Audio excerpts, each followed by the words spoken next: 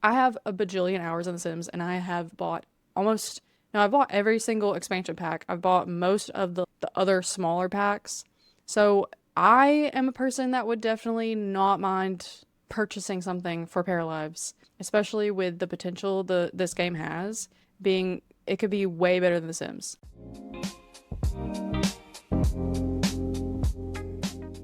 Okay, so they did a Q&A with the Paralives developers that answers a lot of questions that people have. And we're just going to go over a few of them that I think are like the most asked questions from what I've seen from watching other people's streams and things. Thank you. So, the first question is my question's about the future, even though we can't predict it. You said Paralives will never have paid DLCs, and that's beyond amazing, but how do you intend to keep development active? It's a risk, I believe. Do you plan to offer merchandise, partnerships, or any paid content? Not a DLC per se, but perhaps a special bundle. Furthermore, I've seen people confused about never having paid DLCs, questioning whether this will only be the case during early access. Will this continue after early access? And they said there will never be paid DLCs, only free updates, even after the early access. As LiveSim fans, we wanted to make a game we would like to play ourselves without the need to purchase a lot of extra content, and we are happy to deliver that. That is huge. That is huge. Hopefully, they don't eat their words with this, but that's huge. Because the team is small, only 15 people, the sales we made so far will sustain us for many years, even if we increase the size of the team, so we're safe and really grateful for that. That's amazing. Not saying that I wouldn't. I have a bajillion hours in The Sims, and I have bought almost, no, I've bought every single expansion pack. I've bought most of the other smaller packs. So I am a person that would definitely not mind purchasing something for Paralives, especially with the potential this game has being, it could be way better than The Sims. So if I need to purchase a couple packs here and there, I don't care. I don't care. But them saying this is amazing because it makes it so much more accessible to so many more people. And especially like if some people are not into like The Sims and other live sim games, this could open the door to people being introduced to live sim games, and that's beautiful. This is talking about adult content being modded into the game, and they basically said as long as it meets the Steam guidelines, they don't care. This is another question asking about free DLCs being a sustainable business model. They said the Patreon's being closed this week, so the only sales they're getting or the only money they're getting is from the sales of the actual game. And they did say before that after early access, the price is going to go up. So it's going to be more than $40 eventually. So if you're worried about them making money, they said they'll be fine. So do you plan on adding farming, gardening, ranching, like cottage living in The Sims? And they said basic gardening is planned as a feature during early access, but we will see if we can consider other types like farming and ranching based on how our players like it. That's just adding a cult. Will we eventually get non-wormhole schools and work? And they just said it's not planned, but they're interested in it. We're going to add Steam achievements at some point during the early access period. This person wanted to know if they're adding bunnies, and they just said they plan to add dogs, cats, and horses, and that's during early access. So we're going to get pets here pretty soon. Well, maybe soon, but they're going to consider adding other pets in the future. The Smithsonian is sick. I love the Smithsonian. They want to add content in general, just like for relationships in all parts of the game. That's what early access is for. Sorry. I'm trying not to get tilted about this, but like people are really making me mad. The number of interactions and animations will increase with patches and updates. For now, our main focus is to fix important bugs and crashes that impact the gameplay negatively. They are planning to release more content later this year though. So like right now, during the early access period, they're mostly just working on the lag and the bugs and the crashes and all that. Then they're going to start focusing on what they can add to the content. Oh, that would be fun to take Avery. I've never been to the Air and Space Museum. I was in another chat while they were just disparaging it. And yeah. I like it's annoying. Yeah, you like my stream title? I'm so for real. I'm so for real about it. I know, like, don't play it. Just don't play it. With the whole ass, yes. It's so frustrating. Because like, do y'all really not understand what early access means? Do you not understand that? Does that not compute in your brain? Like and it's an indie game. There's 15, count it, 15 people on the dev team. Anyways. I'm trying to keep my vibes up and not be so annoyed about it, but like whatever. Yeah. Like the thing is, okay, different people are going to have different experiences. And for the most part, for me, I've had a wonderful experience. I haven't had that much happen. I'm used to The Sims being buggy, anyways. And so, yes, there's more bugs in this than The Sims because it's a new game and they're in early access and they're an indie team. But, like, if you have a bad experience, okay, you need to realize it's an early access and that it has good bones. Like, it has a lot of potential. The thing that really bothers me is like they're going in Steam and they're trying to get it refunded and like, okay, valid, whatever. But like they're going in there saying it wasn't fun. Like y'all shouldn't have released this. Like it's a bad game. Like that is so disrespectful and weird and rude. Why are you saying that? Why are you saying that? What if this was your game? What if this was something that you have been working so hard on for 8 years? Like I don't like that. I don't like that, and that's why I'm so angry. I've played so many games that this has happened with that went on to be wonderful games. Exactly. People are obviously having fun with it. They're streaming it for hours and hours. Exactly. It's fun. It's a good game. And if you don't like life sim games, why are you even playing it? Because I'm thinking of one particular person that doesn't even play life sim games, and that's not fair. That's not fair. I don't like that. It makes me upset. Anyways, do you have any plans on creating? Okay, so they said they got inspiration from The Sims. Obviously, they're also inspired by games of all kinds, like building games, cozy games, and even RimWorld for our storyteller feature. I love the storyteller feature. That's so good. And they plan on being in early access for about 2 years, which like I didn't know like I don't know. I'm guessing every game has a different period of time for early access, but 2 years feels a little long to me. But I also understand it. But it's okay. Like I don't mind that. And they're gonna be putting out updates, consistently throughout the 2 years. So it's gonna keep getting better and better throughout the 2 years. But then after the 2 years, they're gonna start adding content. So we do have to still wait a couple years for more content to come out.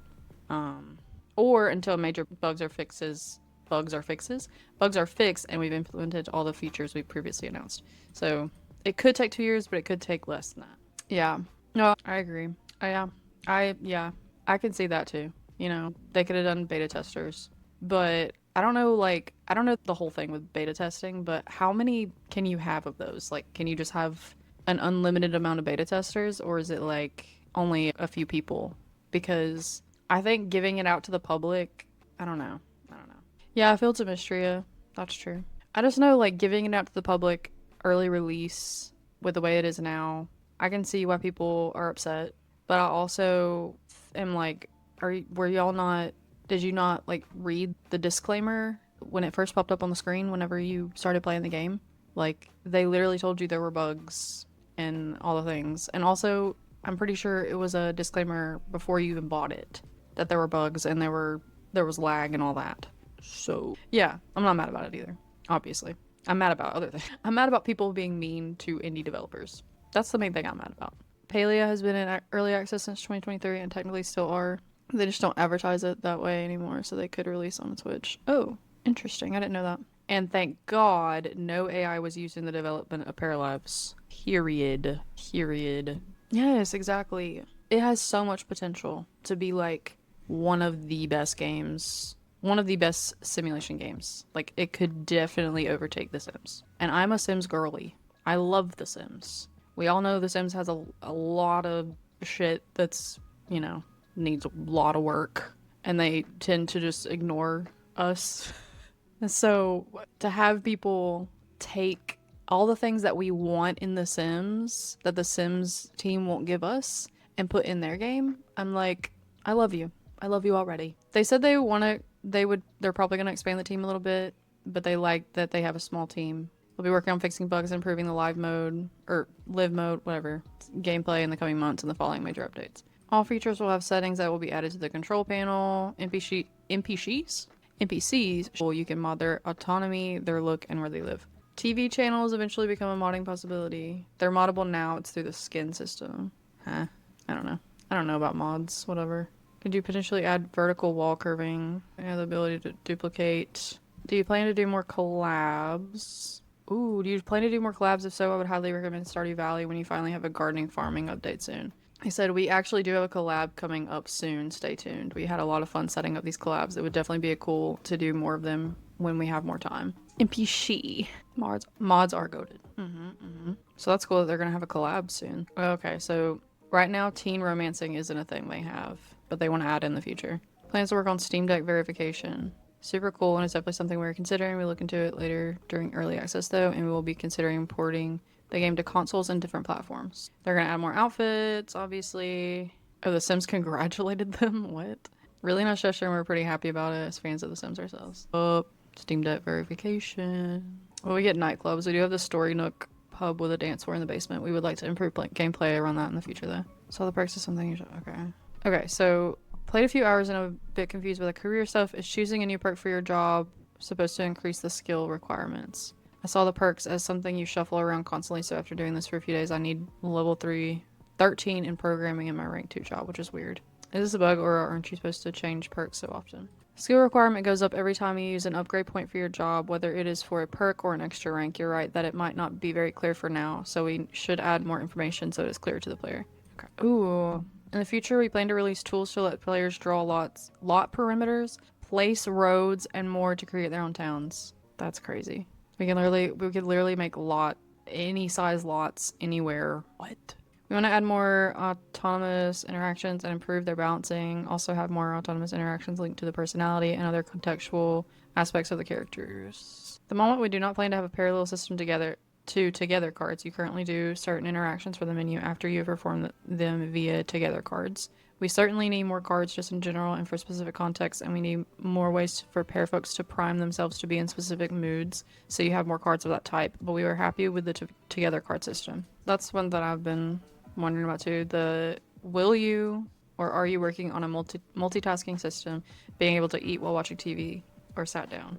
They said that's not planned for now since it's quite challenging technically, but we're keeping it as a potential option for a future update. They're planning to release on consoles, so there will be controller support eventually. We received over 100,000 bug reports so far, and we're slowly making our way through them all, putting emphasis on ones that were reported frequently.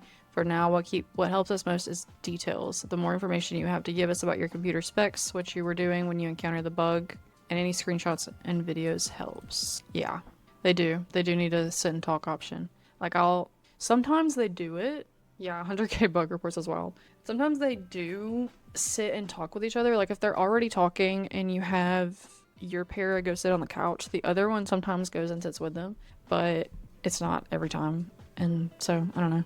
It's just, I don't know. But also just standing and eating and talking to someone would be nice. It would just make it more realistic. And you don't have to wait on the para to stop eating to talk to them. Autonomy is definitely a big core feature of the game that needs more love, more balancing, and especially more content. The characters are on their phone a lot, mainly because those interactions can be done without targeting any other character or item, so these are the easiest and most common thing they can do. Adding more autonomous actions and more interactions in general during early access will help. It should make the characters do more various things. Will there be cars and garage? Yes, we plan to add them during the early access. We're getting cars. Sims 4 Connect. Personality trait system is a constant work in progress, and we will add and tweak more vibes, talents, and social perks as time goes on. Our long-term goals aren't tied 100% to personalities. You have to get them from storytellers, but I see what you mean. So they have to balance the number of traits and have enough content for them to be meaningful in the game. So adding an evil pair means having evil evolutions and evil interactions and evil together cards and the like, which is a fair bit of work. Yep, but I'll keep you updating there. Okay. Yep. So I skipped over a lot of it, but I wasn't going to sit here and read the whole thing for hours.